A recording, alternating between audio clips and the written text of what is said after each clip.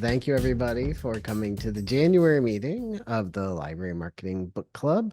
It's nice to see you all. And this month, we read Bird by Bird by Anne Lamott, which interesting book.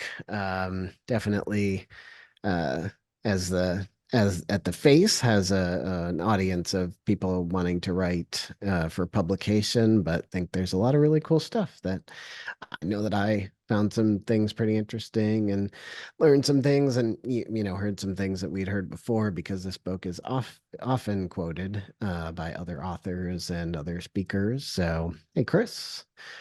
Um, and yeah, so let's start as we always do. Let's see who has some thoughts about this month's book. Anybody have anything that just kind of an overview, or anybody wanted to share what they thought, or what do you think?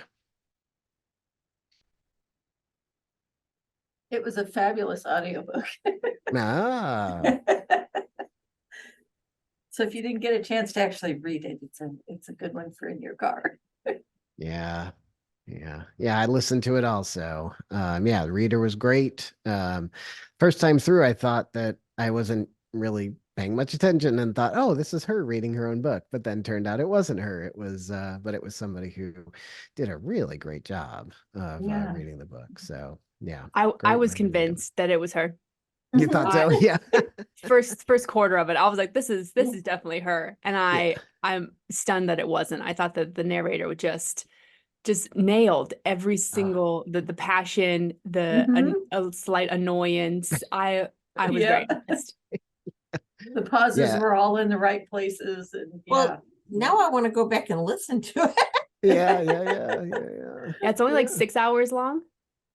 Yeah, it's quick. Yeah. I mean, Yeah. yeah, and I listen at like 1.5 or so, and it's like, yeah, about 4 hours, 4.5 hours. I think you can listen to it. I actually listened to it for the second time or I think it was, but in the last 48 hours, while I was kind of walking around doing chores or driving and those kind of things. So yeah, it was really good. Yeah, so. It really, yeah, and really did the reader really did capture her all of her nuances and humor, and yeah, that was really pretty cool. What other thoughts? Anybody else have any initial thoughts about the book? Chris.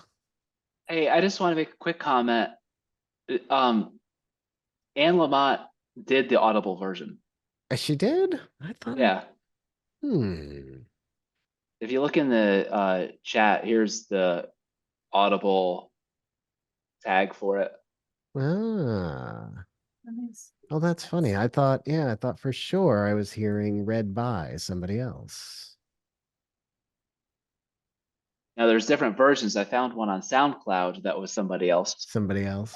Yes, and then switched to this one. But yeah, that was her. Ah, okay. Well, it was very good to listen to. It was really something. But well, but now yeah. I'm having to look to see who the I know. narrator was. Yeah. Who was I listening to? Yeah. So yeah. But what other thoughts? Yeah. Any other? Well, I what just other wanted to thoughts about say the book? that Yeah. Hey, she Michelle. made me want to write.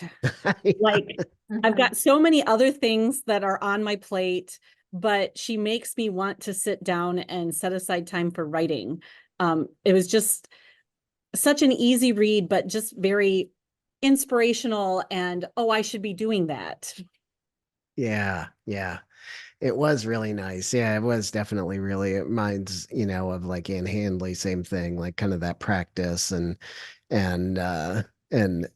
how great writing can be and how exciting writing is and all the cool stuff about kind of going through those exercises. So yeah, it was very cool.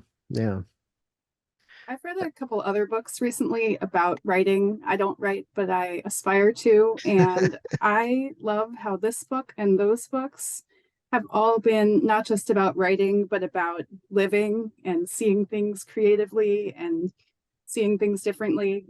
Very like this is a whole genre of inspirational books, like Yeah.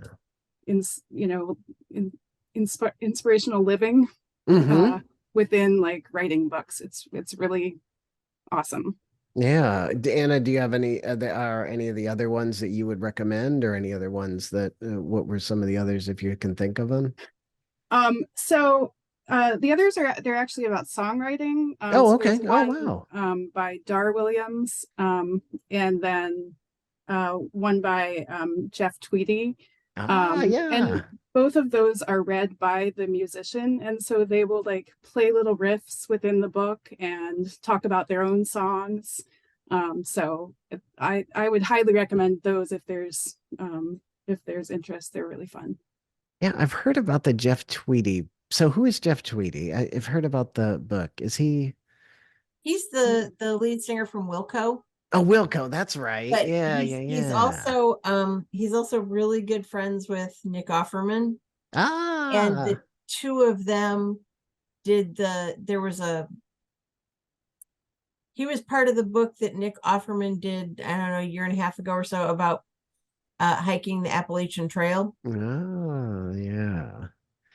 Uh-huh. Yes, I knew I was familiar. Oh, that's pretty cool. But Anna, that's neat that those same kind of things have those same kind of lessons about what you're learning and how to look at life and how to do things differently and how to see things and be creative and journal and all those things. So yeah, that's really cool.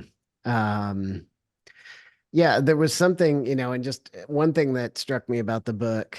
Um, this was kind of near the end of the book that really kind of hit me was all these books. Maybe I haven't thought about it before, but all these books that we have on our shelves, and in our digital collections, but and now thinking about how many of the writers had those same thoughts and experiences when they were writing, when they were trying to get published, when they were getting published, and how many of them there are out there that it kind of makes the books, a lot of the books even a little more precious and a little more interesting to think of, not just the content of the book, but also what's kind of the writer thinking, and how can we use those kind of feelings and passions and things to share with people. So yeah, I thought it was pretty cool. So um, well, and some of you may not have a chance to read the book. I didn't do my little poll, but if you hadn't had a chance, it is a quick read. It's a good book to at least a quick listen. So, but a really interesting book to read, and it does have a lot about writing and publishing, but definitely has a lot of things that were pretty interesting. So one thing that she talks about in kind of the very beginning, and I know this is something that like we had Ann Handley join us a few years. Well, Ann Handley joined Angela and I a few years back when we read her book, but it was she talks about short assignments, and she talks about shitty first drafts, and um, I think that's something that's always very interesting about just writing it down. Um, and not trying to get stuck in even though she talks about rewriting and editing and stopping and starting and doing those kind of things, she does eventually get around to really just go and plow through that first draft no matter what it is. And again, while she's talking in a lot of ways about, well, a lot of what she sounds like she's talking a lot of ways about writing fiction or writing nonfiction, writing books. It's definitely something that I think can be very applicable. So, is anybody else a perfectionist? Did anybody else did this I ring to Yeah, anybody yeah. else? The whole trying to overcome being a perfectionist. It's that spoke my love language, because I'm a perfectionist about being a perfectionist. Yeah. Just not. Yeah. It's hard to kind of very get hard that. to let go. Hmm. Does anybody apply this or is anybody going to apply this when they do their writing? Tammy? When my key role in the way we do marketing at our college library here is it's really just me and one of the head librarians. And then the supervisor in media is also very much, because for reasons involved. And so I have taken it upon myself to be the writer of the shitty first draft, because it's easier for them to then edit something that is there than to come up with it and spend that time. So I know what I want to talk about. So I draft up something and then I send it off to them and they scribble all over it and change it. And it's been known from the very beginning. I said, how it looks is not my forte. And so I don't care if you tear it apart and put it back together again. And that's what works for us, is because there's no ego involved in that first draft, because I know it's going to be destroyed structurally, maybe, but the content, the point will still happen, which is what I'm going for. And so that's kind of the way we've always functioned here. Yeah. It's just funny to see it in writing as a process. Yeah, it's something that definitely comes up. I mean, you know, a lot of people do that. And yeah, I mean, it can be hard to get this stuff down. I recently have applied kind of the same thing to even doing things like a PowerPoint. I mean, definitely to things that are written, like press releases and things like that, just knocking them out. But yeah, but there's a lot of things that you know, a lot of times where it's easier to, it's not easier, it's tempting to try and hold back until something is perfect, and or you know it's the best conditions for something. But this idea of getting it all down and you know, getting it out there so that you have something to react to or to edit, you know, is definitely a pretty powerful concept and pretty valuable. So yeah, and if you haven't, you know, and the one passage in here was the where she talks about, and this was a pretty good way to describe it. A friend of mine says the first draft is the down draft. You just get it down. The second draft is the up draft. You fix it up. And the third draft is the dental draft, where you check every tooth, see if it's loose, cramped, or decayed. So yeah, I thought that was a pretty neat way of looking at it, because sometimes it can be daunting to get some of this stuff out there. So yeah. As I was reading this, I was reminded of my junior year in high school, back when, you know, wheels were still made out of stone and you had to run your feet underneath the car to make it move.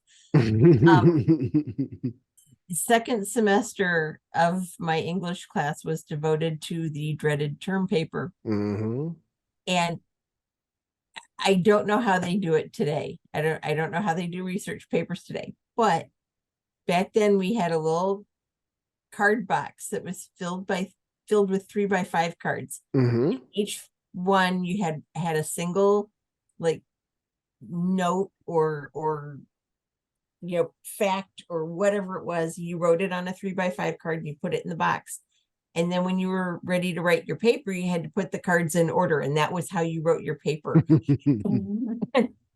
and there was a lot of this that kind of was, to me, reminiscent of that. You know, it's kind of, when you do that ugly first draft and you splat it all out there, and then you go back and you pick through and which cards do you keep and which cards do you throw away and what order do you put them in. Yeah, it's interesting. Michelle, you did that before, where you've done the 3x5 card approach? Yeah. Do you still use 3x5 cards? I know, like, she talks about in the book using 3x5 cards. No, but I have Post-its everywhere. Post-its. Yeah, Post-its have become the index card of today, I think, in a lot of ways, for sure. Yeah. I love index cards, and I really appreciated her support of them. Yes, I will keep buying those. I've tried it for some like organization and help and some of that stuff. And are you a multicolored 3x5 card person, or yeah? And I definitely prefer them blank to having lines. Yeah. Yeah. Yeah, it's nice to be able to get those out and put them up. And is that how do you do any marketing planning with that? Is that a method? I've seen people do that, so I'm just, or It's is more it like, more just kind of like your note taking? yeah, just note taking. It's a go-to. It's a great size, and I love that they're a little bit sturdy. Mm-hmm. And they fit everywhere. But I have felt that it's kind of a messy way to because then they're just everywhere. Yeah. And I did post-it notes for a while, and that happened with those too. Yeah. So Yeah. Yeah, I tried the cards. I've used the cards before. I used them for a while. My team made fun of me for using them. They said that my organization system was a strong wind from being ruined. So just blowing them all away. But yeah, but I think it is good. I think that is a neat system, especially when you're talking about writing. And actually I might like to apply something like that for something that we talk about doing every year, and I don't think I've ever been real successful at it, but is our annual report. And how do we keep those little notes for the annual report throughout the year? So when we get together at the end of the year to do it, we have all these little notes that we have all these reminders of what the little things are. So yeah, so it might be an interesting one to do. Um, Something else that was um, that seemed to be a pretty strong theme throughout the book, um, in a lot of different places was the idea of believing in yourself and believing that you can write and believing that, even when you're discouraged, believing that you can do it. Um, what do you think about, what are your thoughts about that, like kind of believing in yourself and the power of the power of that, just the power of believing in yourself to get things done? Is that something that you all feel? Is that something does anybody have any thoughts about that, about the power of believing leads you to doing? If you don't believe you can, you wouldn't start. That's true. That's true.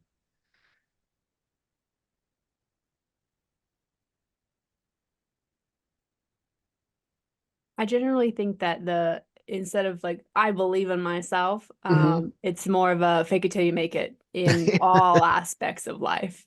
I don't really know how to do that, but I know I could figure it out. So I'm just gonna figure it out for a little while and then, oh, it's done.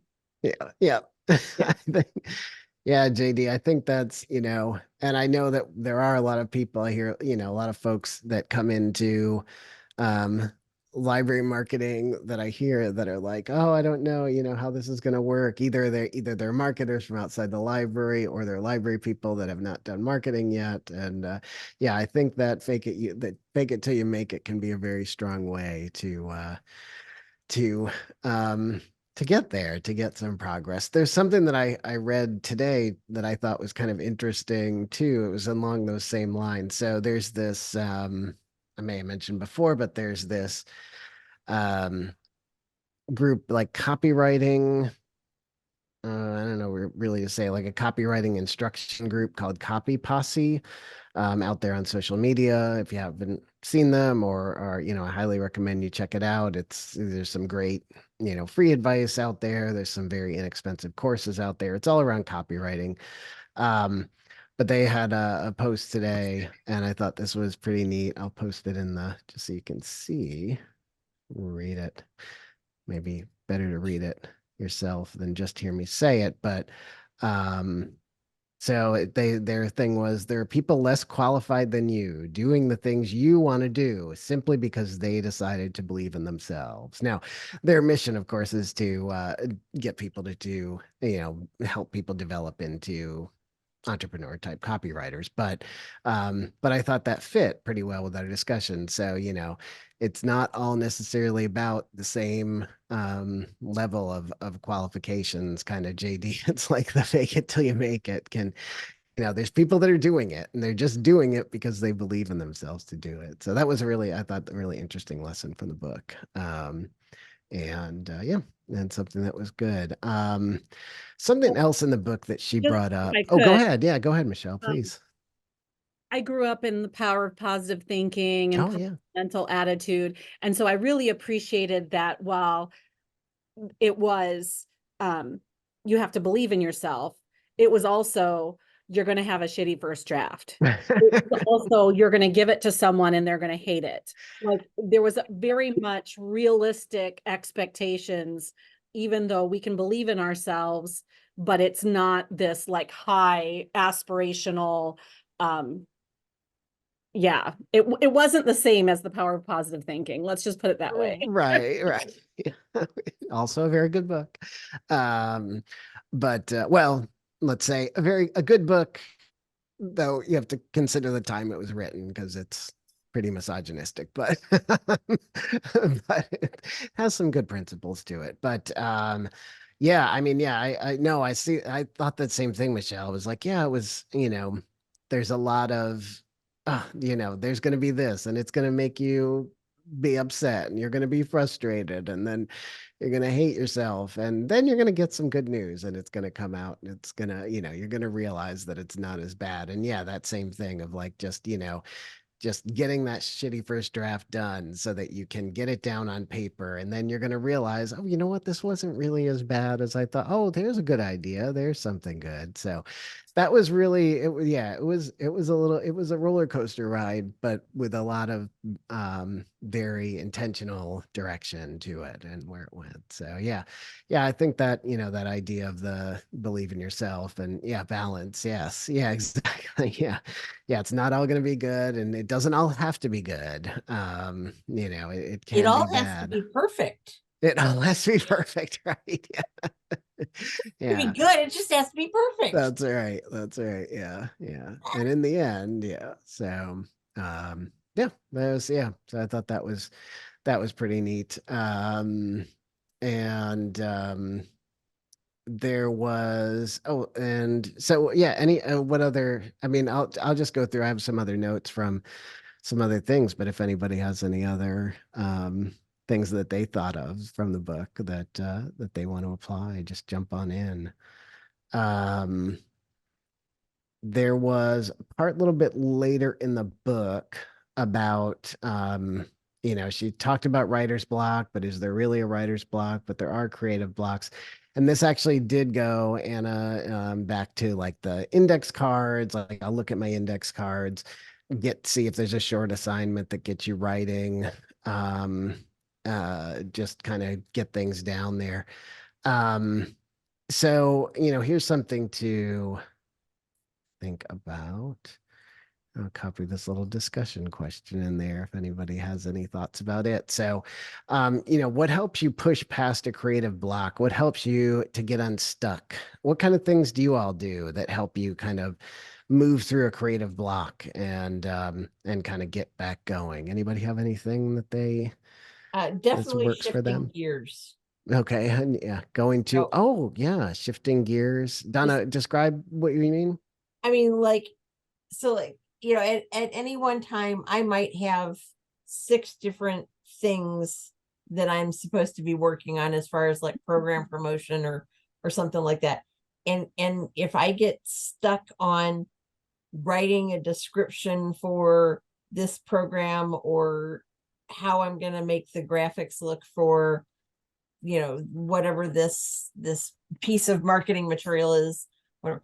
It's like if I can get up and walk away, and instead of working on the stuff for the Master Gardeners, I'm going to work on the stuff for the local author series, and just something completely different so that I can kind of, it's like setting it down and walking away and doing something different. I'm still being productive. I'm still getting my stuff done, but it's switching on a different part of my brain, kind of.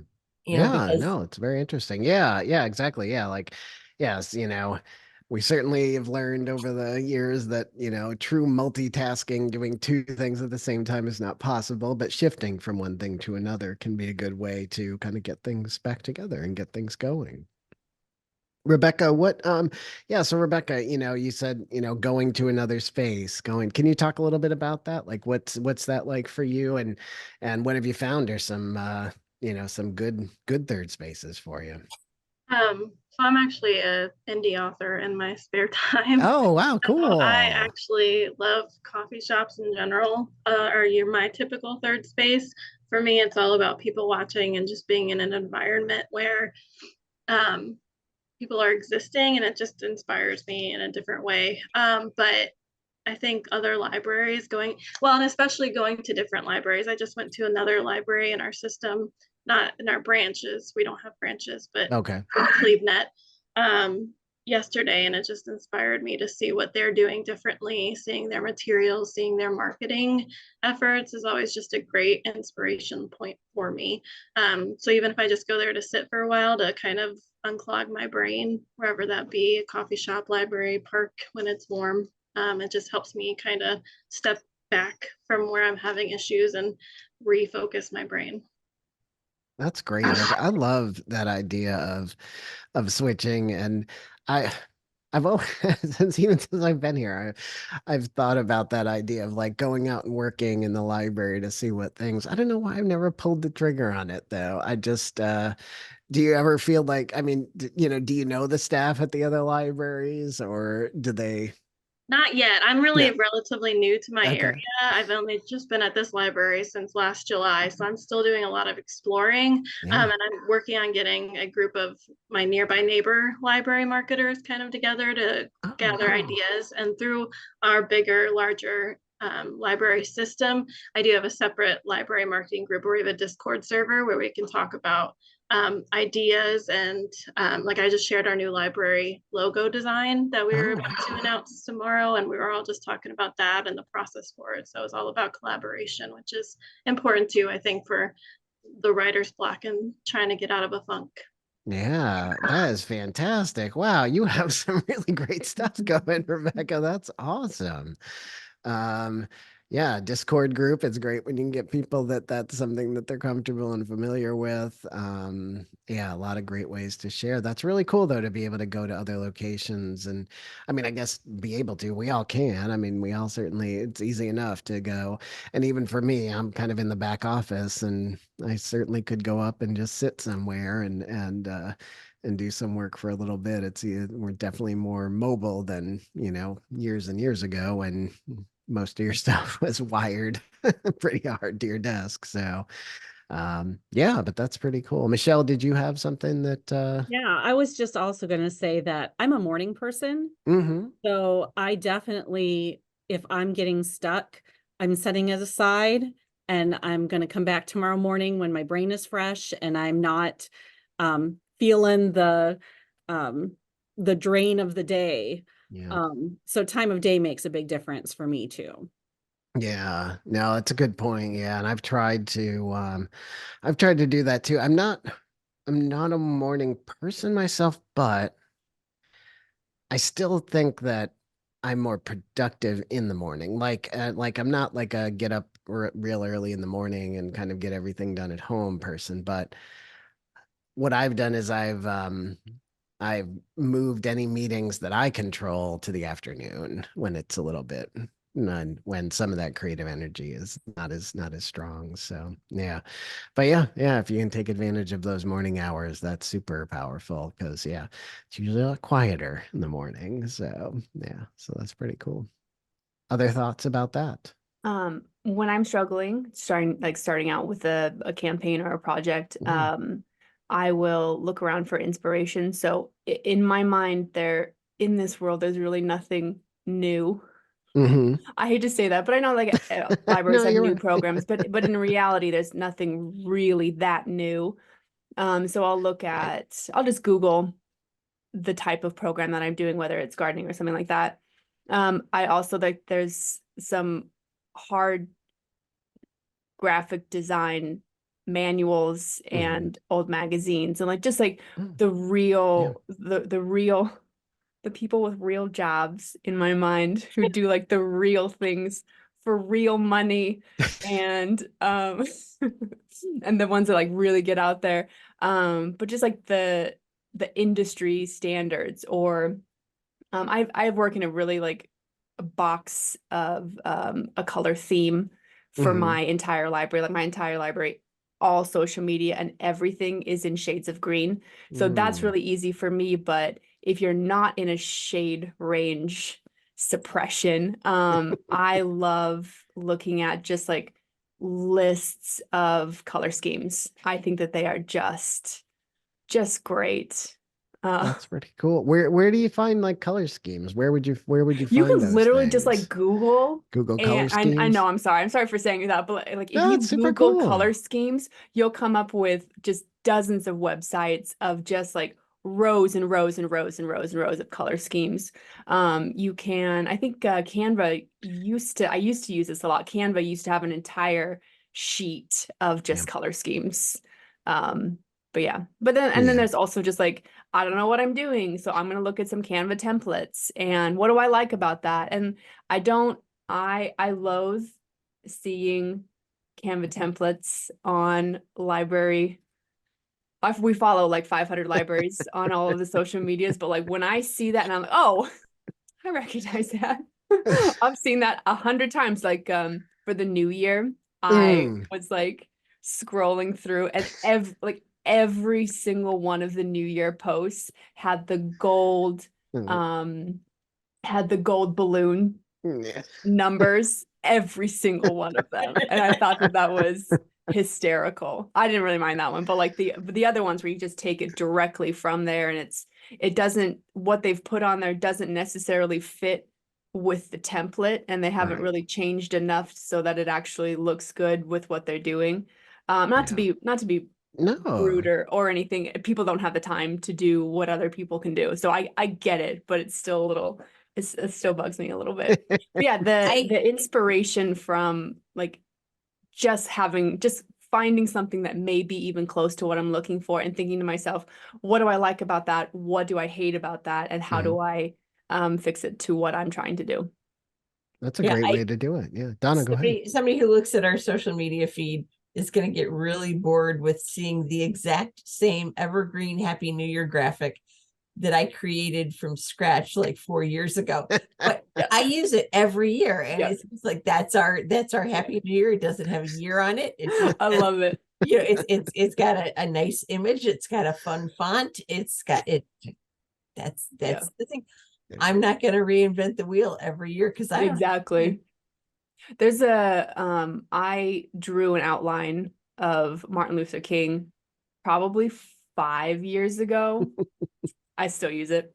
I use the same one every single year. I think that that is just like, that is like one of the best things I've ever done. And I absolutely love it. I'm going to use it every single year. Yeah, think, my Martin Luther King one, I just changed the date. Yep. And it's like we encourage you to take this date, Martin Luther King Day of Service, and Absolutely. Yeah, I think yeah, no, that's I think that's great. Yeah, I was thinking too, JD of Canva when it comes to color templates, because I think they do a pretty good job of having color templates. I think PowerPoint has some pretty good, the newer versions of PowerPoint have some pretty good will do a pretty good job of getting a nice palette together. But that's really cool, yeah, just to look up color templates and palettes and see what things go with what things. Yeah, it makes it really good. And I think that other idea of using the not, you're right. I mean, it is funny when you see the same template that somebody's created used in the same thing. I think there are some interesting, that it can be kind of funny to see it over and over again. But the other side of that is what y'all are saying, that and this is definitely, I think, a powerful thing in marketing, is that as bored as we might get of seeing the things that we do, you do have to keep in mind that not all of our customers have seen that. So just because you've seen it 100 times, or you've seen it over and over and over again, it's not always necessary to jump right in and start to redesign everything and start to put everything back together all the time, because yeah, it's not something that everybody's seen. And there is still a lot of life left in a lot of that work. So yeah, so I know that comes up a lot, where sometimes people are thinking, oh, should we redesign this? Kind of just for the sake of redesigning. And it's like, why? If it's working okay, and if nobody's confused by it, then what's the point in going through a whole design exercise? Just because we've seen it a lot of times. So yeah, so that's pretty cool. Um, Anybody using AI to do creative block? Yeah. Is anybody uh ponied up for the subscription of Chat GPT? I did. It's No, but I will cut and paste my like I'll cut and paste a press release into Chat GPT mm-hmm. and ask it to analyze the press release. Mm-hmm. And Yeah. then and then ask it for suggestions based on what I already have. But when it first came out, our library has a really long-standing relationship with the children's author Kate Kleiss, Mm-hmm. because she was born and raised in the area, and she comes back to the area usually about once a year, and we host her for all kinds of things.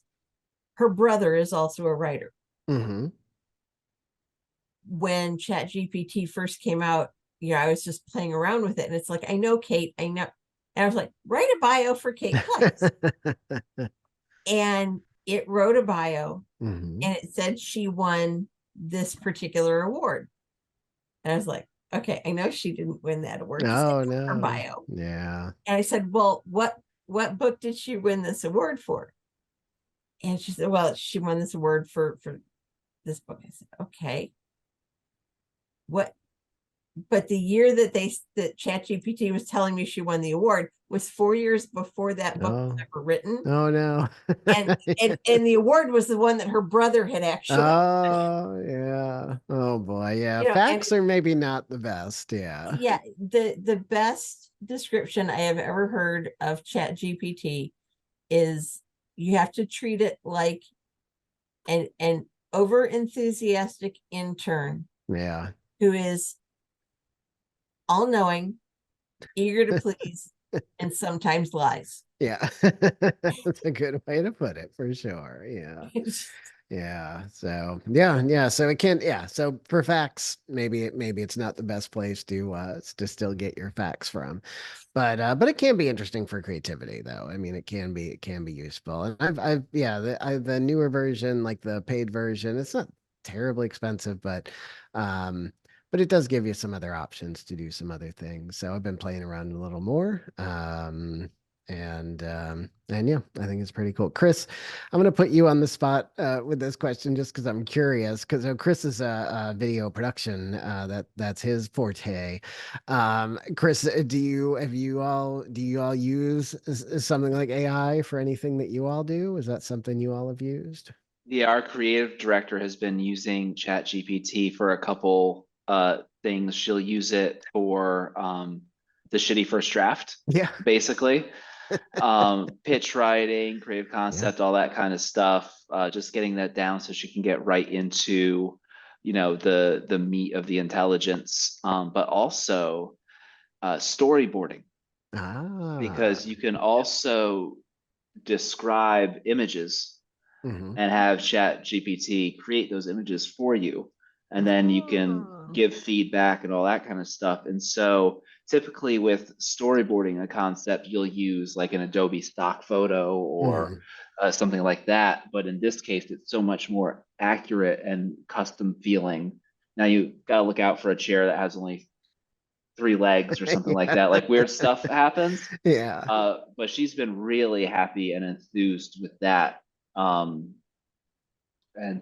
that's what she's been using it for. I haven't dabbled yet, but I've seen the results of conversations she's had with that robot, and it's very interesting.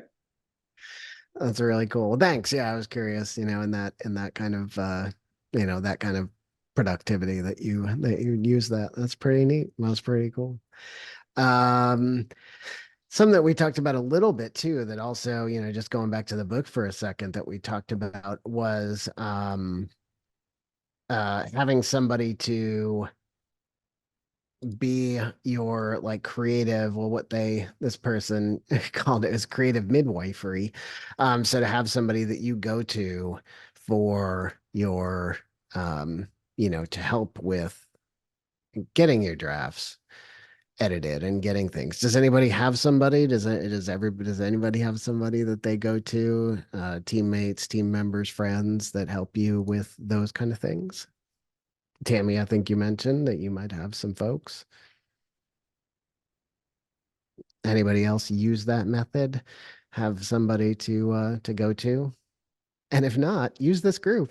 I'm sure we'd all be happy to take a look at your stuff. Well, kind of like what Rebecca was talking about earlier. Where we are, there are 16 other library systems in the immediate metropolitan area. Yeah. And so we have kind of a regional marketers networking group. And we get together usually by Zoom about once a month, and we will bounce stuff off of each other. And then we've got like an email chain that everybody's emailing to and from, and so it's nice to be able to have other people who are in the field who can kind of it's like, this is what I'm stuck with. How did how do you handle that? Yeah. That's nice. Yeah, that's good. Yeah, and like Rebecca, yeah, like you were saying, Rebecca, you have a good group that you're developing in a few different ways, and that's the one where you use Discord. And is that the kind of thing that you all do? Is it throwing things back and forth? And what's the responsiveness, or what kind of things do you get out of that? With the Discord specifically, we're all pretty on top of it. I mean, the nice thing about Discord is when you get when there's missed messages, you get an email. So you're pretty regularly updated if you miss something. But I think we're all just looking for collaboration. So it's pretty easy to say, hey, I need support, and they know they've been there, so they'll be ready to back you up. That's nice. Yeah, that's really cool. Yeah, it's great to have others. Yeah, and Michelle, you have an outside set of eyes that you try and get. Is that somebody from like outside of are you a department of how many? Are you a department of one? I'm a library of 7. Oh, okay. Put that in context. So you have 6 other sets of eyes there, but usually, I'll run stuff by one of the other staff here. Or if I'm working on something outside of hours, I'll throw it in front of my husband and get feedback. Does this make sense? What questions do you have? Yeah. Yeah, really, it really helps for clarity for, kind of things. Yeah, especially I think that's really cool. Take a look at this. What am I missing? Yeah. Right. I mean, it's like the longer that we stare at something, the more we don't see it. Yeah. And so it's like, what is it that I'm missing? Because obviously I can't see that the word "to" is in there 3 times in a row, because my brain has totally erased that. Yeah, I think that's really cool. Yeah, and I think, so Anna, what you're saying, that was another note that I had was about criticism can be hard to take, and if you do have somebody who helps you, you want them to be able to give you the criticism, but maybe not be so brutal. So if you, that's kind of what you were saying? Yes, and it also, I was also thinking about how I give feedback on designs to my design staff, and it made me kind of, I always try to highlight the good part too, and then explain why I want the changes. But it did make, I will give more thought to like how I'm sharing that and making sure it's working for everyone. Yeah. Just that awareness of how it is hard to get feedback. Yeah, it is. I know. Yeah. And sometimes I'll find myself, unfortunately not seeking feedback. Does anybody else feel this way? Not seeking feedback, because then it's like, well, now I have to wait until that person gives me feedback, and I don't know how long that's going to take. So, but I guess that's just setting expectations and saying, hey, if you have a chance to look at this now, great. And if not, I'm gonna keep on rolling with it. So yeah, Tammy, yeah, I'll have to take a look at that later. Yeah, this is one of those bad design, yeah, the bad design videos, which have been a lot of fun lately on Facebook and Instagram. Is this one of the regulars that does these? This is Maggie Weber, who mostly does stupid rich people fashion, but she has this series of signs and things. She says, just ask one 12-year-old boy, just one. Yeah, definitely. Yeah. Yeah, definitely younger people can help find, yeah, very terrible uses of things that you've done, or yeah, or easily changed meanings of words. So yeah. It's definitely something important. And there was one other thing in the book that I thought was interesting. She did have this chapter on jealousy. And I think, when she was talking about jealousy, she was talking about like friendship ending or friendship pausing jealousy, which seemed a little, well, I mean, certainly it's, certainly a possible thing. But something that made me think of was sometimes I get jealous of all the other things that all your other libraries do, and I just want to do all of them, but I don't know that that's the best path. Like I don't know if that kind of jealousy of what it is gets you down and kind of still sticking to that. Anybody else have anything about that, about jealousy or anything else we're running absolutely. up? Oh, go ahead. Yeah. Yeah, I mean, like I can't tell you the number of like movie type events that we have put on here where we'll have like one or two people, Yeah. and then like all the other libraries that in the area are like, oh well, our sing along and canto is sold out. Yeah. And it's like, how no one, I can't get anybody to come to mine. But yeah, so I just know. stuff like that. It's like, man, how or why did you get people to come to this program? Because I've done that and nothing. Yeah, everything doesn't work everywhere, and Yeah, people put and different that's energy into it at different times, and it's also about consistency. So, jumping from one thing to the next cannot make it great, and spreading yourself too thin makes it hard. So, but it is tough when you see those libraries that do that, really cool stuff. JD, did you have something to Yeah, add? Donna, specifically about the movie thing. We do several movies over the months, and we'll have like 5 people show up. This weekend, we just did a movie, Napoleon Dynamite event. Sounds great. 75 people showed up. Wow. We oh made my tater gosh. tots for 75 people. We made boondoggles, and it was Oh, a that's lot. But hysterical. then like the 2 weeks before, we showed a very popular children's movie. Nobody. Was there anything about the Napoleon Dynamite that, other than just it was I it's think kind it's of a the cult nostalgia. movie? I think it's the nostalgia. And Yeah. I'm sorry, I'm Yeah. in Idaho. Yeah. So Okay. So yeah, potatoes kind of they're in coming. Idaho. Yeah. Yeah. Where they filmed it's quite far away from here, but still like Idaho and Napoleon Dynamite will never be separated. Well, see, that's yeah. So maybe it's that. Maybe it's finding the what is that? What is I that don't know, niche? the nostalgia factor. I Yeah. don't know. I don't know. Yeah. We It's tried we did still. an old film series, Oh and yeah. we did It's a Wonderful Life at Christmas. No, nothing. Nobody Nothing. showed up. Mm. Yeah. Have a princess bride party. Oh yeah, Oh. we did Yes. that like Did you? in February Yeah. in February of 2020, like right before the pandemic. We Yeah. had a Princess Bride Valentine's thing, Nothing. and we had 3 people show up. No. It's like, what? Who are you people? I know. Did you serve Right. some nice MLTs? We did not. Maybe that was the problem. Yeah. Serving food from the movie, always a big hit. So Yeah. yeah, if you can do it. So. Yeah, but mutton in February is never good. It's hard to get good mutton. Yeah. Well, cool. Well, we just have a few minutes left, but thanks everybody. I hope you enjoyed. I certainly really enjoyed this discussion of bird by bird and library marketing. So cool. It's so much fun.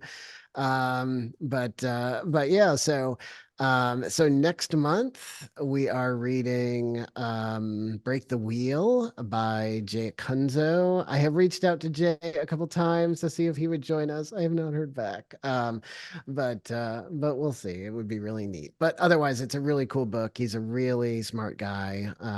If you do have a chance to listen to him like on any podcast, I highly recommend you check him out. He just he just can really put things together really well, and real excited. I have not read the book, so I'm very excited about reading the book and talking about it with you all. So before we go, let's see, we got 1, 2, 3, 4. We have 7 people on here. So JD, pick a number between 1 and 7. 4. Okay, 1, 2, 3, 4. So on my screen, number 4 is Anna Lowry. Anna, you win a copy of next month's book. So I think I may already have your information, but I will confirm with you to get a copy of that to you, a copy of Break the Wheel. And just for your reference, I don't know if y'all knew this, but I tried also broadcasting this on Facebook today, live on our little group page. So I wasn't able to like follow. So if there's comments there, we'll see them soon. And because the interactivity is not the same, but I wanted to try it and see how it worked. So this will be over there, but also I'll get this all together and hopefully have all you on the email list, so you can all get all the emails we have. Maybe not at 2:45 in the morning, but maybe at times that are more useful. But thank you all so much for being part of the group. Thanks for coming to the meeting. I really, really appreciate you coming to the meeting. Had a wonderful discussion, and look forward to hopefully seeing you all again in February. So have a great month, everybody. Talk to y'all soon. Bye. Thank you.